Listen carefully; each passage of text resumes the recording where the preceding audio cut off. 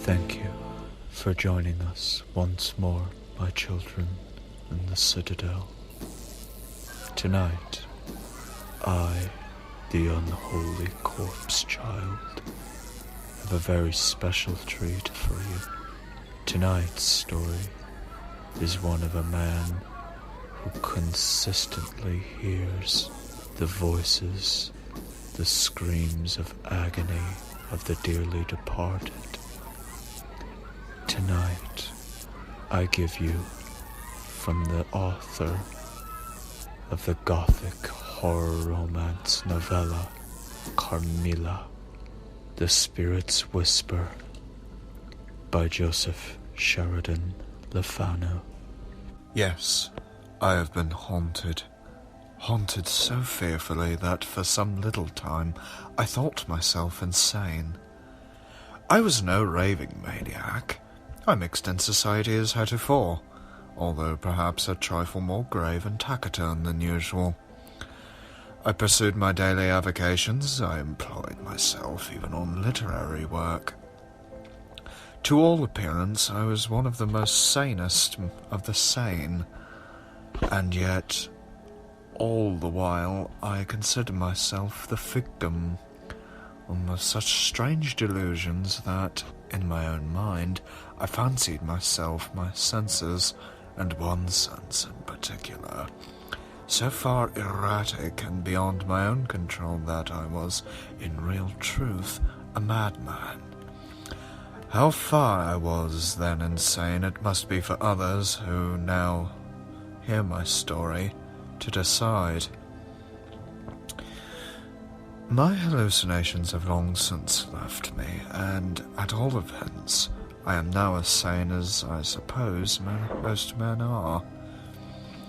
My first attack came on me one afternoon when, being in a listless and idle mood, I had risen from my work and was amusing myself with speculating at my window on the different personages who were passing before me. At that time I occupied apartments on the Brompton Road. Perhaps there is no thoroughfare in London where the ordinary passengers are of so varied a description or high life and low life mingle in so perpetual a medley. South Kensington, the carriages there jostle costermongers' carts. The clerk in the public office, returning to his suburban dwelling, brushes the labourer coming from his work on the never-ending modern constructions in the new district. And the ladies of some of the surrounding squares flaunt the most gigantic of chignons and the most exuberant of motley dresses before the envying eyes of the ragged girls with their vegetable baskets. There was, of course, plenty of material for observation and conjecture in the passengers, and their characters or destinations from my window on that day. Yet I was not in the right cue for the thorough enjoyment of my favourite amusement. I was in a rather melancholy mood. Somehow or other, I don't know why, but my memory had reverted to a pretty woman whom I had not seen for many years. She had been my first love, and I had loved her with a boyish passion as genuine as it was intense. I thought my heart would have broken, and I certainly talked seriously of dying when she formed an attachment to an ill-conditioned, handsome young adventurer, and, on her family objecting to such an alliance, eloped with him. I had never seen the fellow, against whom, however, I cherished a hatred almost as intense as my passion for the infatuated girl whom had flown from her home for his sake. We had heard of her being on the continent with her husband and learned of the man's shifty life had eventually taken him to the east. For some years nothing more had been heard of the poor girl. It was a melancholy history, and its memory ill-disposed me for amusement. A sigh was probably just escaping my lips with half-articulated words. Poor Julia. When my eyes fell on a man passing before my window. There was nothing particularly striking with him. He was tall, with fine features, and a long, fair beard, contrasting somewhat with his bronzed complexion. I had seen many of our officers on the return from the Crimea look much the same. Still, the man's aspect gave me a shuddering feeling. I don't know why. At the same moment, a whispering, low voice uttered aloud in my ears the words, "It is he." I turned, startled. There was no one near me, no one in the room. There was no fancy in the sound. I had heard the words with painful distinctness. I ran to the door, opened it. Not a sound on the staircase, not a sound in the whole house. Nothing but the hum from the street. I came back and sat down. It was no use reasoning with myself. I had the ineffaceable conviction that I had heard the voice. Then, first the idea crossed my mind that I might be the victim of hallucinations. Yes, it must have been so, for I now recalled to mind the voice had been that of my poor lost Julia. And at the moment I heard it, I had been dreaming of her. I questioned my own state of health. I was well. At least, I had been so. I felt fully assured up to that moment. Now a feeling of chilliness and numbness and faintness had crept over me. A cold sweat was on my forehead. I tried to shake off this feeling by bringing back my thoughts to some other subject, but involuntarily, as it were, I again uttered the words, "Poor Julia," aloud. At the same time, a deep and heavy sigh, almost a groan, was distinctly audible close by me. I sprang up. I was alone, quite alone. It was once more a hallucination. By degrees, the first painful impression wore away. Some days had passed, and I had begun to forget my singular delusion. When my thoughts did revert to it, the recollection was dismissed as that of ridiculous fancy. One afternoon, I was in the Strand, coming from Charing Cross, where I was once more overcome by that peculiar feeling of cold and numbness which I had before experienced. The day was warm and bright and genial, and yet I positively shivered.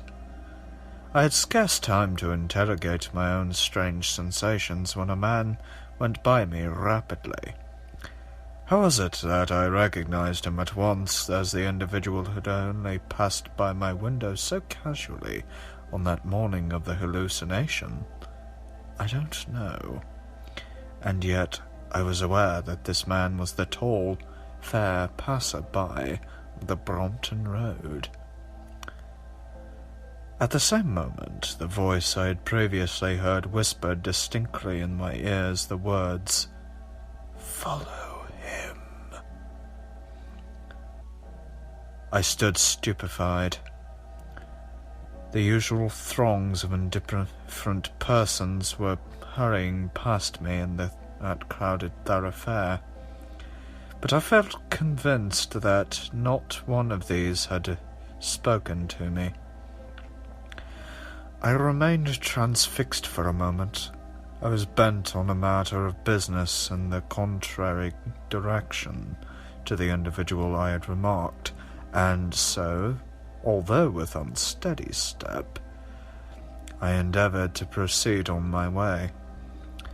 Again that voice said, still more emphatically, in my ear, "Follow him." I stopped involuntarily, and a third time, "Follow him." I told myself the sound was a delusion, a cheat of my senses, and yet I could not resist the spell. I turned to follow. Quickening my pace, I soon came up with the tall, fair man, and remarked by him. I followed him. Whither this was foolish pursuit to lead me, it was useless to ask myself the question. I was impelled to follow. I was not destined to go very far, however. Before long, the object of my absurd chase entered a well-known insurance office. I stopped at the door of the establishment. I had no business within. Why should I continue to follow? Had I not already been making a sad fool of myself by my ridiculous conduct? These were my thoughts, as I stood, heated by my quick walk. Yes, heated, and yet once more came the sudden chill. Once more, that same low, but now awful voice spoke in my ear. "Go in," it said. I endeavoured to resist the spell, yet I felt that resistance was in vain. Fortunately, as it seemed to me, the thought crossed my mind that an old acquaintance was a clerk in that same insurance office. I had not seen the fellow for a great length of time, and I never had been very intimate with him. But here was a pretext, and so I went in and inquired for Clement Stanley. My acquaintance came forward. He was very busy, he said. I invented, on the spur of the moment, some excuse for the most frivolous and absurd nature, as far as I can recollect, for my intrusion. "By the way," I said, as I turned to take my leave, although my question was, by the way, of nothing at all, "who was that tall, fair man who had just now entered the office?" "Oh, that fellow?" was the indifferent reply.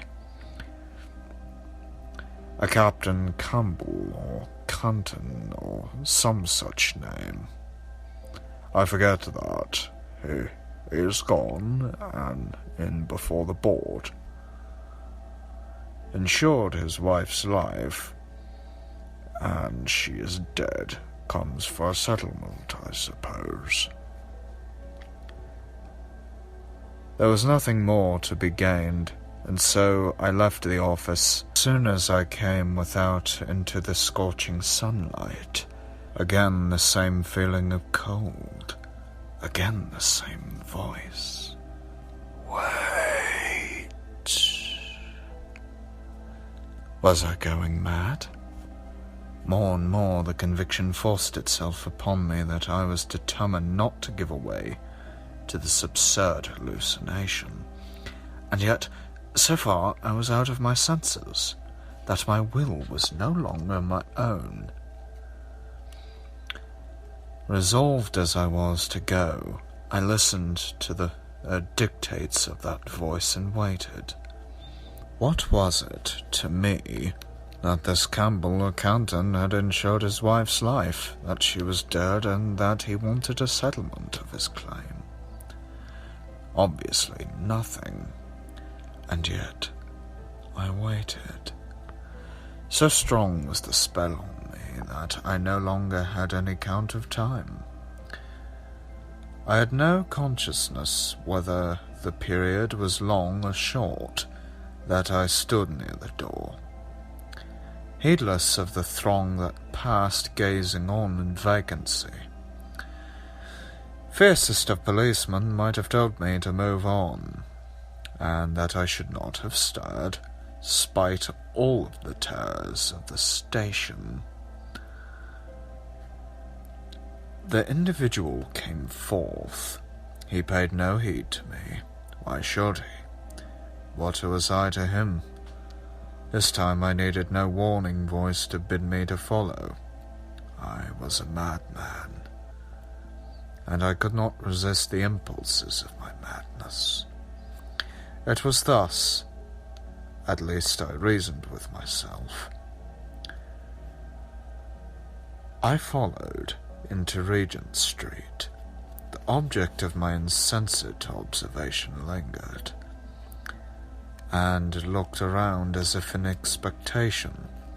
Presently a fine-looking woman, somewhat extravagantly dressed, and obviously not a lady, advanced toward him on the pavement. At the side of her, he quickened his step and joined her rapidly. I shuddered again, but this time a sort of dread was mingled with that strange shivering. I knew what was coming, and it came. Again that voice in my ear. Look and remember, it said. I passed the man and woman as they stopped on their first meeting. "Is all right, George?" said the female. "All right, my girl," was the reply. I looked. An evil smile, as if of wicked triumph, was on the man's face. I thought, and on the woman's? I looked at her, and I remembered. I could not be mistaken. Spite of her change in manner, dress, and appearance, it was Mary Sims. This woman, some years before, when she was still very young, had been a sort of humble companion to my mother. Simple-minded, honest girl, we thought her. Sometimes I had fancied that she had paid me, in a slight way, a marked attention. I had been foolish enough to be flattered by her stealthy glances and her sighs. I had treated these little demonstrations of partiality as due only to a silly girlish fancy. Sims, however, had come to grief in our household. She had been detected in the abstraction of sundry jewels and petty ornaments. The morning after her discovery, she had left the house, and we had heard of her no more. As these recollections passed rapidly through my mind, I looked behind me. The couple had turned back. I turned to follow again, and spite of carriages and cabs, and shouts and oaths of drivers, I took the middle of the street in order to pass the man and the woman, and at a little distance unobserved. No, I was not mistaken. The woman was Mary Sims, though without any trace of all her former simple-minded airs. Mary Sims no longer in her humble attire, but flaunting in all the fiery, overdone fashion. She wore an air of reckless joyousness on her face, and yet, in spite of that, I pitied her. It was clear she had fallen on the evil ways of battered fortune. bettered, alas, for the worse. I had an excuse now, in my own mind, for my continued pursuit. Without deeming myself an utter madman, the excuse of curiosity to know the destiny of one with whom I had been formerly familiar, and in whom I had taken an interest. Presently the game I was hunting down stopped at the door of the Grand Café. After a little discussion, they entered. It was a public place of entertainment. There was no reason why I should not enter also. I found my way to the first floor, and they were already seated at a table, Mary holding but one little objection. I had an engagement to dinner. But the strange impulse which overpowered me and seemed lending me eons step by step, spite of myself, quickly overruled all the dictates of propriety toward my intended hosts. Could I not send a prettily devised apology? I glided past the couple, with my head averted, seeking a table, and I was unobserved by my old acquaintance. I was too agitated to eat, but I made a semblance, and little heeded the air of surprise and almost disgust on the bewildered face of the waiter, as he bore away to the barely touched dishes. I was in a very fever of impatience and doubt what next to do. They still sat on, in evident enjoyment of their meal and their constant draughts of sparkling wine. My impatience was becoming most unbearable when the man at last rose. The woman seemed to have uttered some expostulation, for he turned at the door and said harshly aloud, "Nonsense! Only one game and I shall be back. The waiter will give you a paper, a magazine, something to while away the time." And he left the room for the billiard table, as I surmised.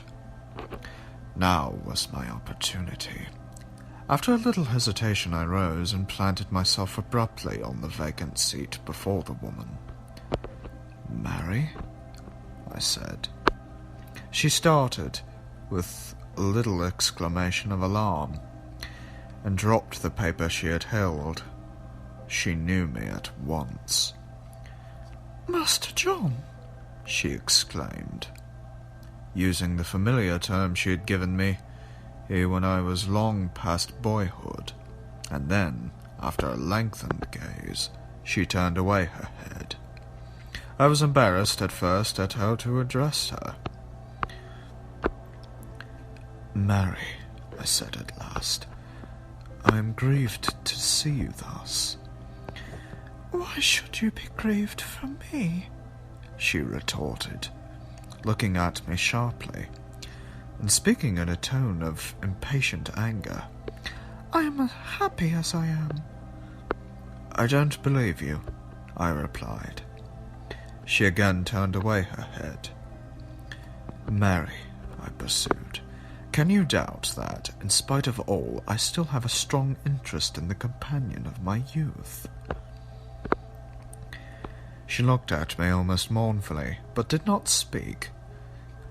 At that moment I probably grew pale, for suddenly that chilly fit seized me again, and my forehead became clammy.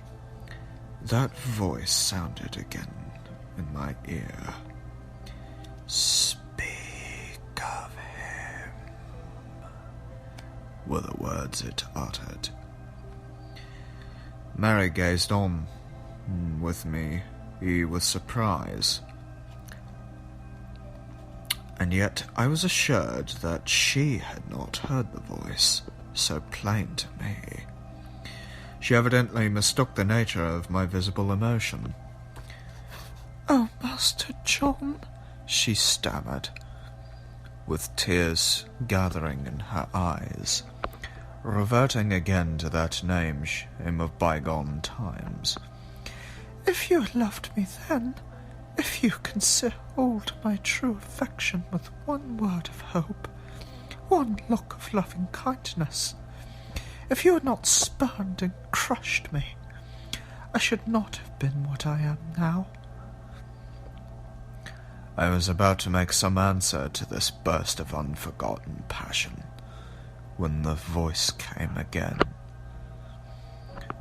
"Speak of him." "You have loved others since," I remarked, with a coldness which seemed cruel to myself. "You love him now." And I nodded my head toward the door by which the man had disappeared. "Do I?" she said with bitter smile. "Perhaps. Who knows?" "And yet no good can come to you from a connection with that man," I pursued. "Why not? He adores me, and he is free," was her answer, given with a little triumphant air. "Yes," I said, "I know he is free. He has barely lost his wife. He has made good his claim to the sum for which he insured her life." Mary grew deadly pale. "How did you learn this? What do you know of him?" she stammered. I had no reply to give. She scanned my face anxiously for some time. Then, in a low voice, she added, "What do you suspect?" I was still silent, and only looked at her fixedly. "You do not speak," she pursued nervously. "Why do you not speak? Ah, you know more than you would say. Master John, you might set my tortured mind at rest, and clear, confirm those doubts which will come to my poor head, spite of myself. Speak out. Oh, do speak out." "Not here. It is impossible," I replied, looking around. The room, as the hour advanced, was becoming more and more thronged with guests, and the full tables gave a pretext for my reticence, when in truth I had nothing to say. "Will you come and see me? Will you?" she asked with earnest entreaty. I nodded my head. "Have you a pocket-book? I will write you my address, and you will come. Yes, I'm sure you will come," she said in an agitated way. I handed her my pocket-book and pencil. She wrote rapidly. "Between the hours of 3 and 5, she whispered, looking uneasily at the door. "He is sure not to be at home." I rose. Mary held out her hand to me, then withdrew it hastily with an air of shame, and the tears sprang into her eyes again. I left the room hurriedly and met her companion on the stairs. That same evening, in the solitude of my own room, I pondered over the little event of the day. I had calmed down from my state of excitement. The living apparition of Mary Sims occupied my mind almost to the exclusion of the terrors of the ghostly voice which had haunted me, and my own fears of coming insanity. In truth, What was that man to me? Nothing. What did his doings matter to such a perfect stranger as myself? Nothing. His connection with Mary Sims was our only link, and in what should that affect me? Nothing again. I debated with myself whether it were not foolish of me to comply with my youthful companion's request to visit her. Whether it were not imprudent to me to take any further interest in the lost woman, whether there were not even danger in seeking to penetrate mysteries which were of no concern of mine.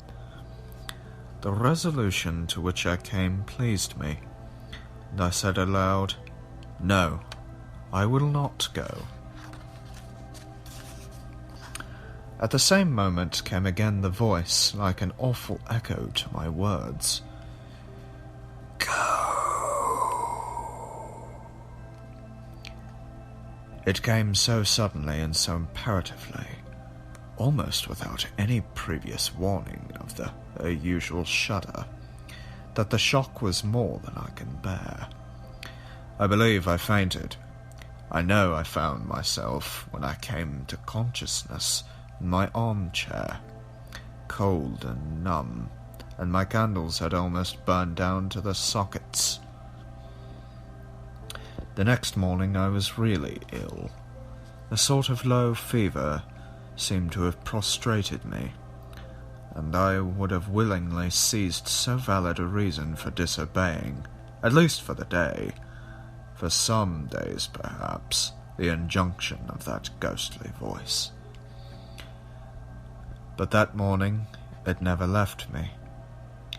My fearful chilly fit was of constant recurrence, and the words, "Go, go, go," were murmured so perpetually in my ears. The sound was one of such urgent entreaty that all force of will gave way completely. Had I entered in that lone room, I should have gone wholly mad. As yet, to my own feelings, I was but partially out of my senses. I dressed hastily, and I scarce know how, by no effort of my own will, it seemed to me I was in the open air. The address of Mary Sims was in a street not far from my own suburb.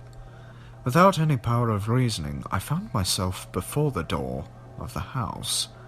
I knocked and asked a slipshod girl who opened the door to me for Miss Sims. She knew no such person, held a brief, shrill colloquy with some female in the back parlour, and, on coming back, was about to shut the door in my face when a voice from above, the voice of her I sought, called down from the stairs, "Let the gentleman come up." I was allowed to pass. In the front drawing-room I found Mary Sims. "They do not know me under that name," she said with a mournful smile, and again extended, then withdrew her hand. "Sit down," she went on to say, after a nervous pause. "I am alone now, and I adjure you, if you still have one latent feeling of old kindness for me, explain your words of yesterday to me." I muttered something to the effect that I had no explanation to give. No words could be truer. I had not the slightest conception of what to say. "Yes, I am sure you have. You must. You will," pursued Mary excitedly. "You have some knowledge of that matter." "What matter?" I asked. "Why, the insurance," she replied impatiently. "You know well of what I mean. My mind has been distracted about it, in spite of myself. Terrible suspicions have forced themselves on me. No, I don't mean that, she cried, suddenly checking herself and changing her tone. Don't heed what I said. It was madness in me to say what I did. But do tell me all you know. The request was a difficult one to comply with, for I knew nothing. It was impossible to say what might have been the end of this strange interview, in which I began to feel myself an unwilling impostor. But suddenly Mary started. The noise of the latchkey in the lock, she cried, alarmed. He has returned. He must not see you. You must come another time. Here, be quick, I'll manage him. And before I could utter another word, she pushed me into the back of the drawing room and closed the door. A man's step was on the stairs, then voices. The man was begging Mary to come out with him, as the day was so fine. She excused herself. He would hear no refusal. At last he appeared to consent, on condition that the man would assist her at her toilet. There was a little laughter, almost hysterical on the part of Mary, whose voice evidently quivered with trepidation. Presently both mounted the upper stairs. Then the thought struck me that I had left my hat in the front room, a sufficient cause for the woman's alarm. I opened the door cautiously, seized my hat, and was about to steal down the stairs when I was again spellbound by that numb cold. "Stay," said the voice. I staggered back down to the other room with my hat and closed the door. Presently the couple came down.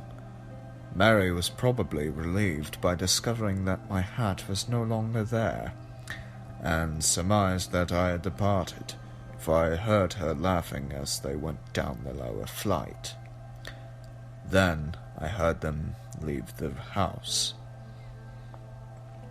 I was alone in that back drawing room. Why? What did I want there? I was soon to learn.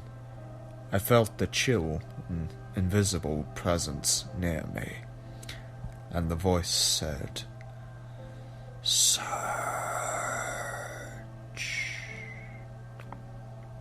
The room belonged to the common representative class of back drawing rooms in the apartments of better kind.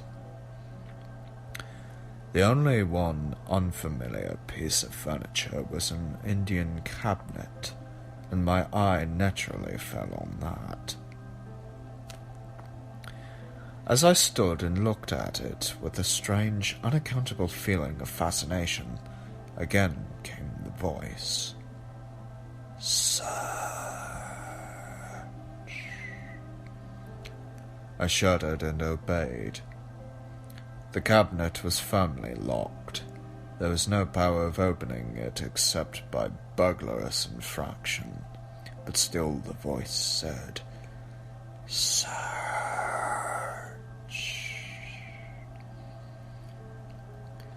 A thought suddenly struck me, and I turned the cabinet from its position against the wall. Behind, the woodwork had rotted, and in many portions fallen away, so that the inner drawers were visible. What could my ghostly monitor mean? That I should open those drawers? I would not do such a deed of petty treachery. I turned defiantly, and addressing myself to the invisible as if it were a living creature by my side, I cried, "I must not, I will not, do such an act of baseness." The voice replied, "Search." I might have known that, in my state of what I deemed insanity, resistance was in vain. I grasped the most accessible drawer from behind and pulled it toward me. Uppermost within it lay letters. They were addressed to Captain Cameron, Captain George Cameron. That name, the name of Julia's husband, the man with whom she had eloped, for it was he who was the object of my pursuit. My shuddering fit became so strong that I could scarce hold the papers. "Search," was repeated again in my ear. Below the letters lay a small book with a limp black cover. I opened this book with a trembling hand. It was filled with a manuscript, Julia's well-known handwriting. "Read," was muttered the voice. I read. There were long entries by poor Julia of her daily life, complaints of her husband's unkindness, neglect, then cruelty. I turned to the last pages. Her hand had grown very feeble now, and she was very ill. "George seems kinder now," she wrote. "He brings me all my medicines with his own hand." Later on, "I am dying. I know I am dying. He has poisoned me. I saw him last night through the curtains pour something in my cup. I saw it in his evil eye. I would not drink. I will drink no more. But I feel that I must die." These were the last words. Below were written, in a man's bold hand, the words, "Poor fool." This sudden revelation of poor Julia's death and dying thoughts unnerved me quite. I grew colder in my whole frame than ever. "Take it," said her voice. I took the book, pushed back the cabinet into its place against the wall, and, leaving that fearful room, stole down the stairs with trembling limbs, and left the house with all the feelings of a guilty thief. For some days I perused my poor lost Julia's diary again and again. The whole revelation of her sad life and sudden death led to but one conclusion. She had died by poison of the hands of her unworthy husband. He had insured her life, and then it seemed evident to me that Mary Sims had vaguely shared suspicions of the same foul deed. On my own mind came the conviction. But what could I do next? How bring this evil man and to justice? What proof could be deemed to exist in those writings? I was bewildered, weak, irresolute. Like Hamlet, I shrank back and temporized. But I was not feigning madness. My madness seemed but all too real to me. During this period of the wailing of that wretched voice in my ear, was almost incessant. Oh, I must have been mad. I wandered about restlessly, like the haunted thing I had become. One day I had become unconsciously and without purpose into Oxford Street. My troubled thoughts were suddenly broken in upon by the solicitations of a beggar. With a heart hardened against begging impostors, and under the influence of the shock rudely given to my absorbing dreams, I answered more than hardly that and was my wont. The man heaved a heavy sigh and sobbed forth, "Then heaven help me." I caught sight of him before he turned away. He was a ghastly object, with fever in his hollow eyes and sunken cheeks, and fervour on his dry, chapped lips. But I knew, or fancied I knew, the tricks of the trade, and I was obdurate. Why, I asked myself, should the cold shudder come over me at such a moment? But it was so strong on me as to make me shake all over. It came, that maddening voice. "Succor," it said now. I had become so accustomed already to address the ghostly voice that I cried aloud, "Why, Julia? Why?" I saw people laughing in my face at the strange cry, and I turned in the direction in which the beggar had gone. I caught sight of him as he was tottering down a street towards Soho. I determined to have pity for this once, and followed the poor man. He led me through I know not what streets. His steps were hurried now. In one street I lost sight of him, but I felt convinced he must have turned into a dingy court. I made inquiries, but for a time received only rude, jeering answers from the rough men and women whom I had questioned.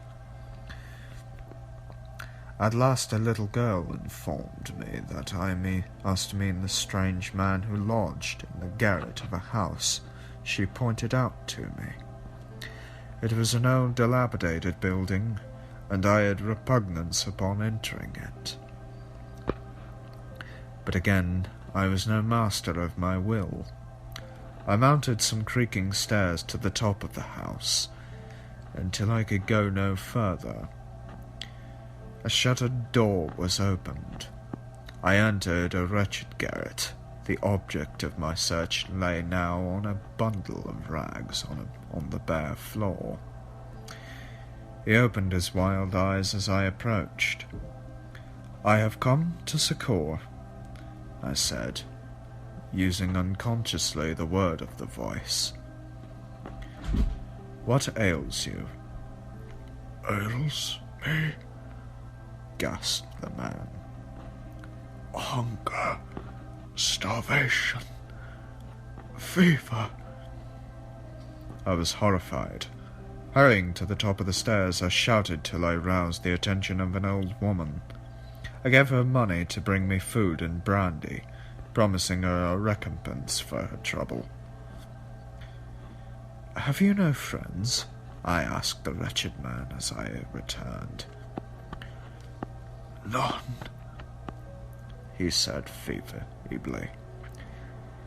Then, as the fever rose in his eyes and even flushed his pallid face, he said excitedly, "I had a master once, one I perilled my soul for.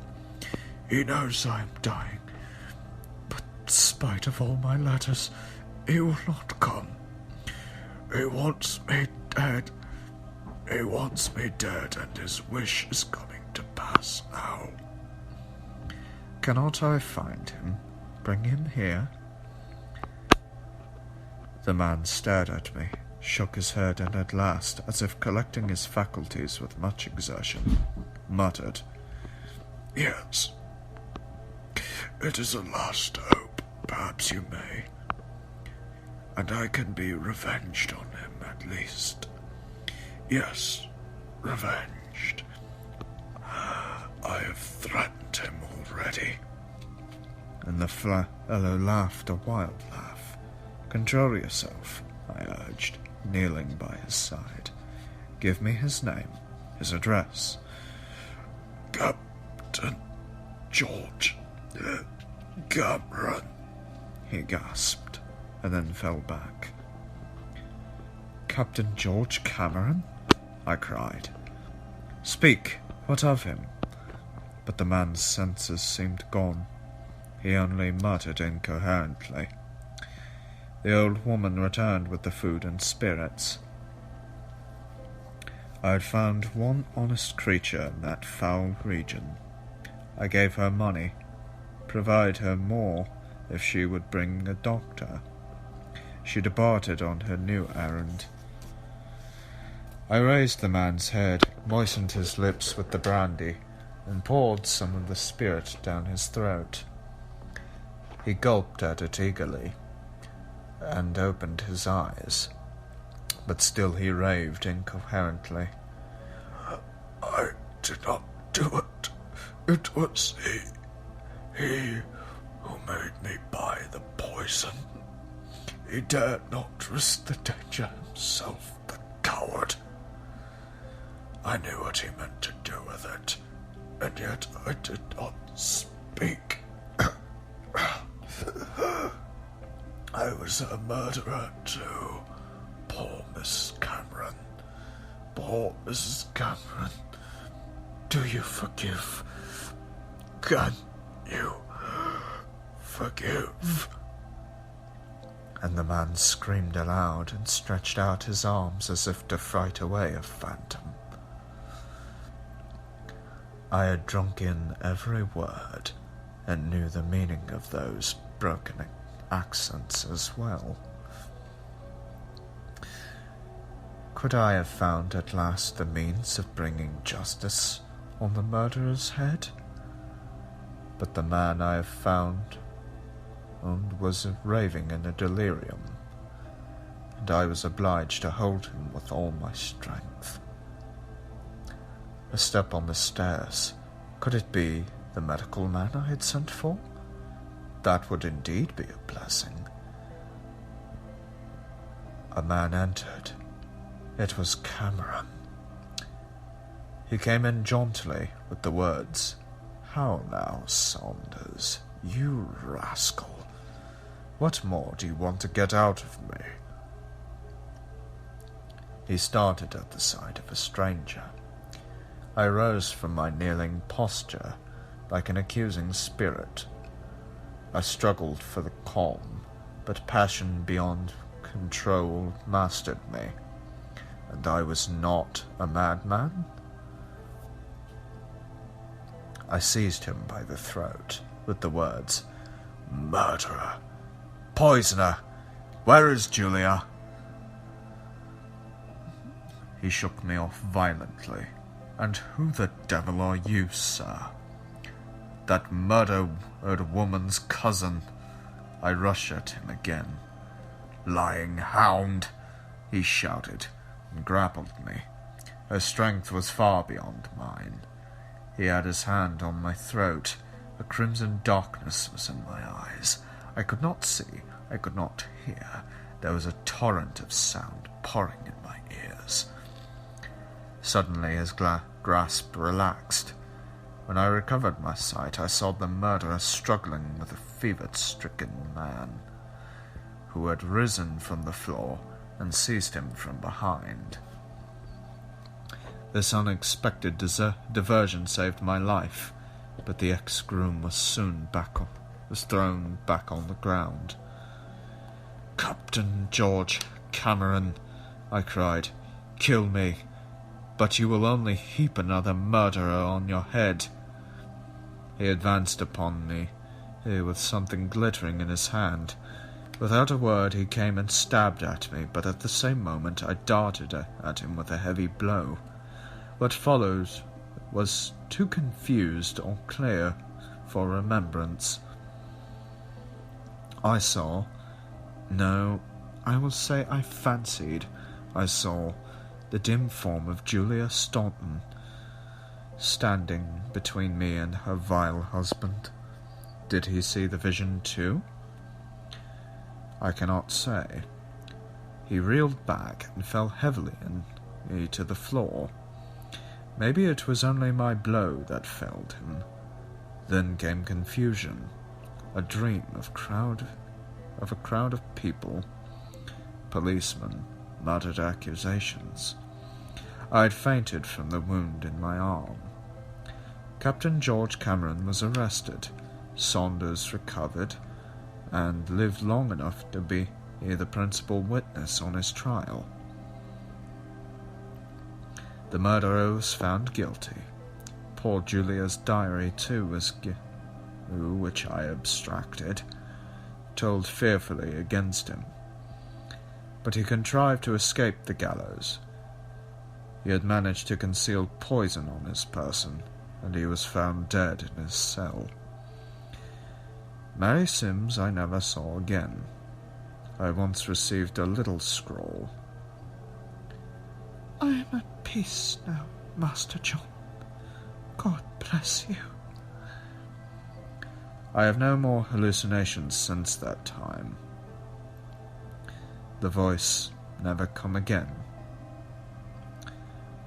I found out poor Julia's grave, and as I stood and wept by its side, the cold shudder came over me for the last time. Who shall tell me whether I was really mad, or whether I was not? And that, my children, was The Spirit's Whisper by Joseph Sheridan LeFanu. Thank you all again for joining me, my beautiful maggots and larvae. If you enjoyed this show and would like to support it further, go to psychotoxin.com. If you have not already and would like to chill your blood further, purchase a copy of the first issue of Eidetic Quarterly, and make sure to be on the lookout for a new tome of terror written by the unholy corpse child, Masks of Death. Until next time, I will be waiting, my children, in the Citadel.